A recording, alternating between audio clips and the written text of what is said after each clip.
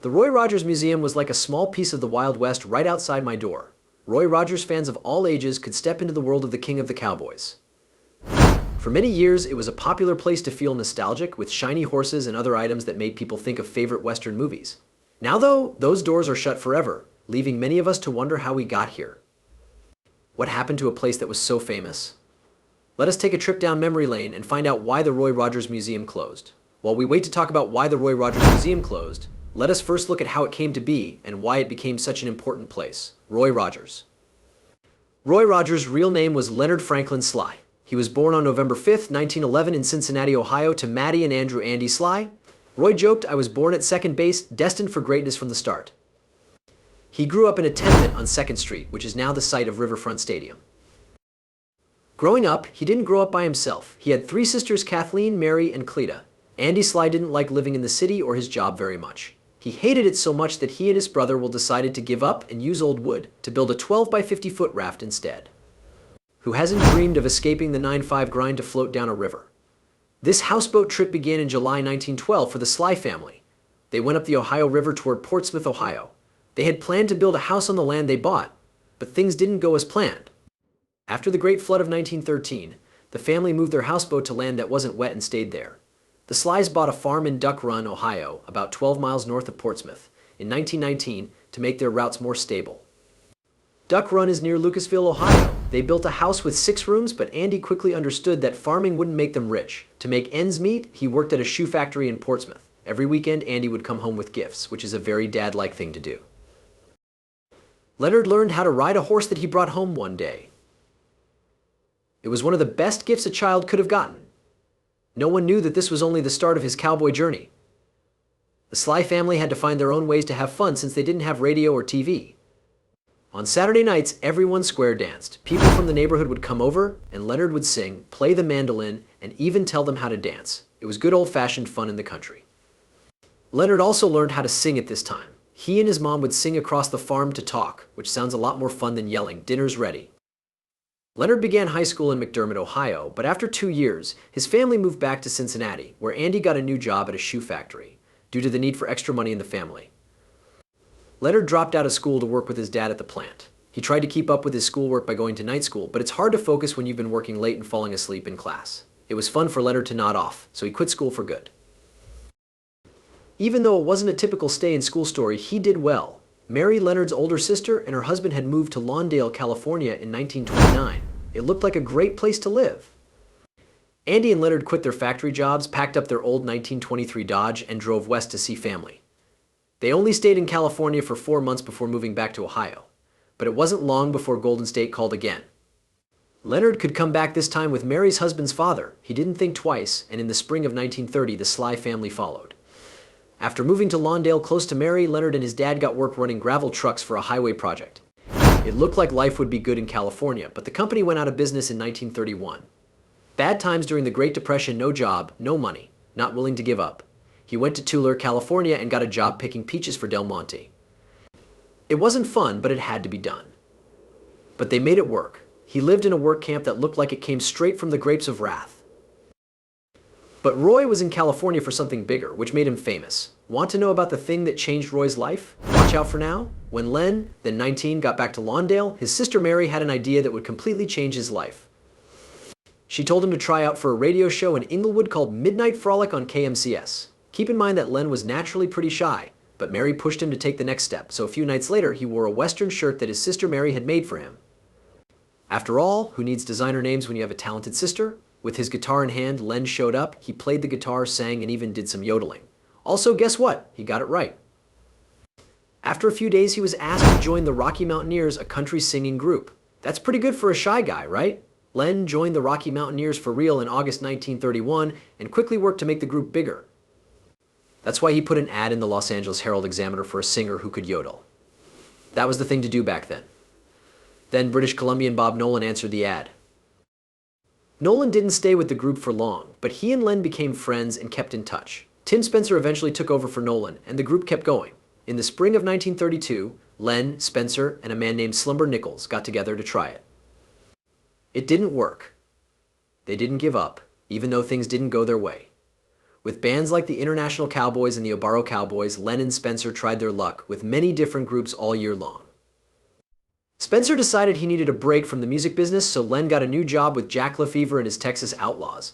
This was a big deal on LA radio. Then, in 1933, Len, Bob Nolan, and Tim Spencer got back together and decided to try the trio thing again.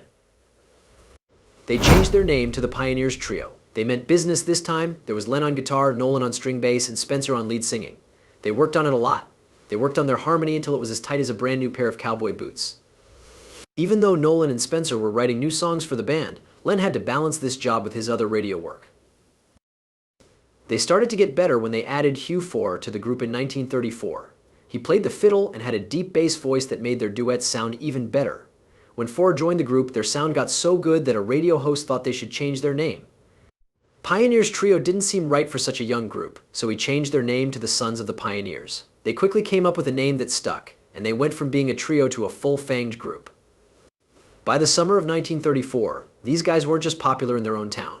Their radio shows started being sent to stations all over the country, and they quickly became famous all over the country. That led to a deal with Decca Records to record the song. Along with Bob Nolan's Tumbling Tumbleweeds, they recorded their first songs on August 8, 1934. In the next 2 years, they made 32 songs, including the well-known Cool Water. The Sons of the Pioneers went from being a struggling band to a national star. They were now on the map. Roy wasn't just a singing star, he also did a lot of work in movies. And let's not even talk about how much of a businessman he was, which is why he has a museum. Once he was done with theater, he moved on to movies and became a real Western movie star. When Len got into the movie business in 1935, he really hit the ground running. He got steady work in Western movies and even got a big part as a singing cowboy in a Gene Autry movie while still going by the name Leonard Sly.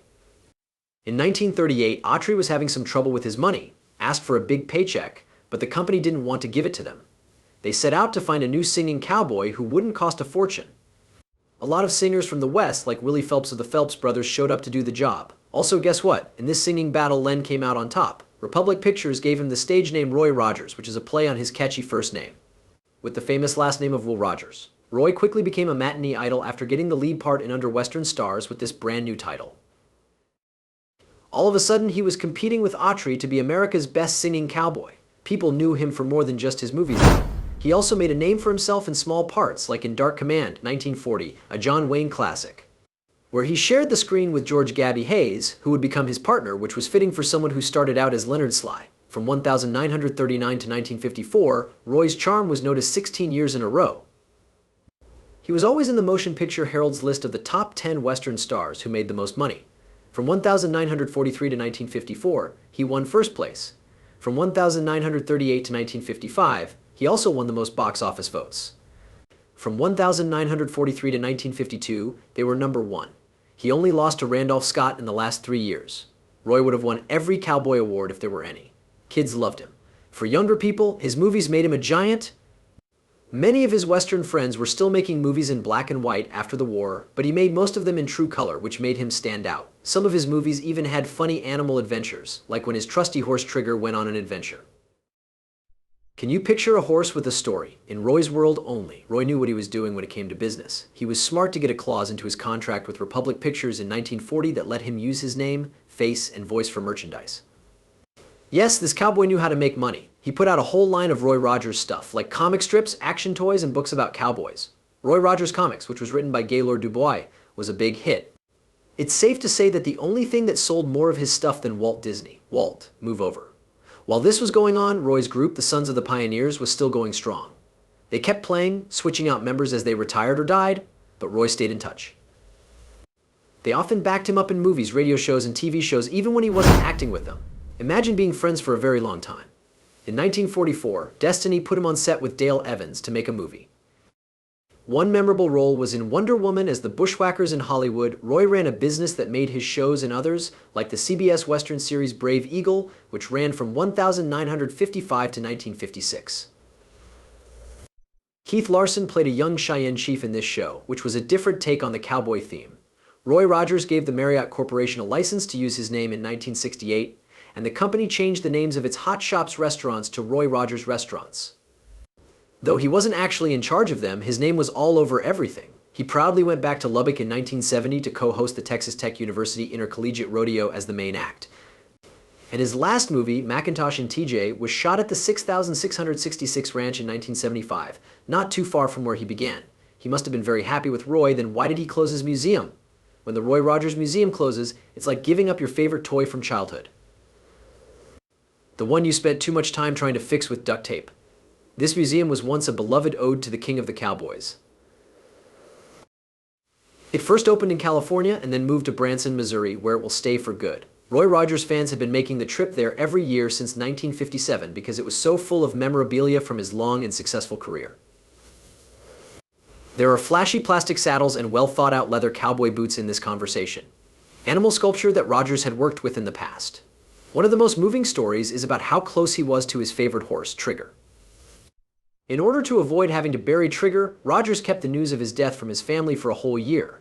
He had Trigger stuffed and put on show in the museum instead, which was a unique and personal collection that Roy Rogers fans really liked. How many of us would do something like that for a pet we love? So why did the museum shut down? The answer is in what Roy told his son to do. If the museum ever started to cost too much to run, it would be shut down. After he died in 1998, his family noticed that fewer people were coming to the funeral.